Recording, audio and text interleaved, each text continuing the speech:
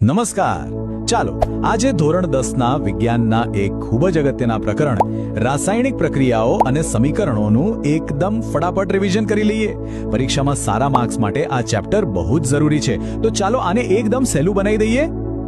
તો ચાલો એક સિમ્પલ સવાલથી શરૂ કરીએ. આપણી આજુબાજુ કેટલું બધું થતું હોય છે નહીં? જેમ કે દૂધમાંથી દહીં બની જાય, લોખંડ પર કાટ લાગી જાય, પણ આમાંથી રાસાયણિક ફેરફાર કયો છે એ ખબર કઈ રીતે પડે? આ સવાલનો જવાબ જ આખા ચેપ્ટરનો બેઝ છે. તો આજે આપણે શું શું જોવાના છીએ? પહેલા તો સમજીશું કે રાસાયણિક પ્રક્રિયા શું છે, પછી એના સમીકરણો કેવી રીતે લખવા અને એને બેલેન્સ કેમ કરવા. એ પછી આપણે એના અલગ અલગ પ્રકારો જોઈશું, ઓક્સિડેશન અને રિડક્શન શું છે એ સમજીશું, અને છેલ્લે એકદમ ફટાફટ રિવિઝન માટે 5 સૌથી અગત્યના પોઈન્ટ્સ.